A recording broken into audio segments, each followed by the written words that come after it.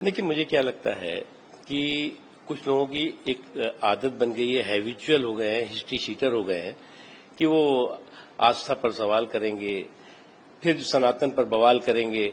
और अब जो है वो ध्यान कोई देगा, ध्यान में मग्न होगा तो फिर जो है वो उस पर जो है वो धमाल करेंगे। तो जो लोग इस तरह का सवाल बवाल और धमाल करने के हिस्ट्री शीटर लोग हैं, वो जो है वो कोशिश उनकी शुरू से रही है कि नरेंद्र मोदी जी की तपस्या की ताकत और परिश्रम के परिणाम पर को धूमिल करने की धूर्तापूर्ण धुन करें, और इस धूर्तापूर्ण धुन में वो खुद धूल दूषित होते जा रहे हैं। लेकिन सर, छत्तीसगढ़ के पूर्व मुख्यमंत्री भूपेश बघेल वो कटाक्ष करते हैं कि जिसे खुद भगवान ने भेजा उसे भगवान को याद करने की जरूरत क्या है। हमें ये लगता है कि अगर ऊपर की अपर स्टोरी थोड़ी डिस्टर्ब होती है तो उनको भी थोड़ा सा नरेंद्र मोदी जी से सीखना चाहिए कि उन पूरी बिना रुके हुए, बिना थके हुए जो उनके परिश्रम की ताकत है, तपस्या की ताकत और परिश्रम के परिणाम ने जो परिवर्तन लाकर खड़ा किया है, तो थोड़ा सा अगर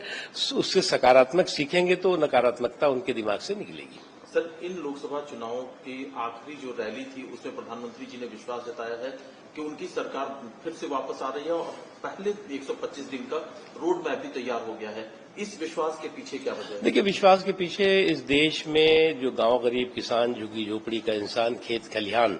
में जो आवाज उठ रही है वो एक ही आवाज है कि फिर एक बार मोदी सरकार। और वो इसलिए भी है कि आज पूरी तरह से मजबूती के साथ इन 10 सालों में जिस मजबूती के साथ गांव गरीब हो, कमजोर तबके हों, उनके विकास और उनमें विश्वास पैदा किया गया है, वो उसका असर है। लेकिन सर, कांग्रेस के अध्यक्ष मल्लिकार्जुन खड़गे हो या ममता बनर्जी हो, इन लोगों का दावा है कि इंडिया अलायंस जो है वो सरकार में आ रहा है, मोदी सरकार की वापसी नहीं होने जा रही है। देखो, इनको भी अच्छी तरह मालूम है, मैं बार बार कहता हूं कि जुगाड़ का जमघट इनको जनादेश के पनघट तक नहीं पहुंचाएगा और 24 के चुनाव में चारों खाने चित होंगे। सर, एक सवाल है, पूर्व प्रधानमंत्री मल्लिकार्जुन खड़गे साहब ने जिस तरह से प्रधानमंत्री उन्होंने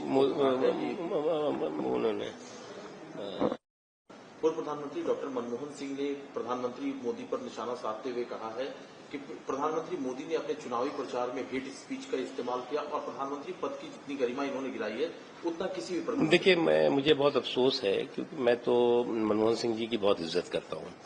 लेकिन अफसोस की बात है कि हमेशा उनके 10 सालों के कार्यकाल में उनको जो है वो डेपुटेशन का प्राइम मिनिस्टर और डिक्टेशन का प्राइम मिनिस्टर डायनेस्टी ने हमेशा बना के रखा।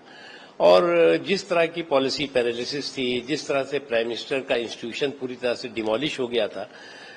उसके बाद फिर उनको एक स्क्रिप्ट दे दी गई और उस स्क्रिप्ट को जो है वो पूरे देश में प्रचारित किया गया। ये कहीं न कहीं जो है मनमोहन सिंह जी के साथ अन्याय है।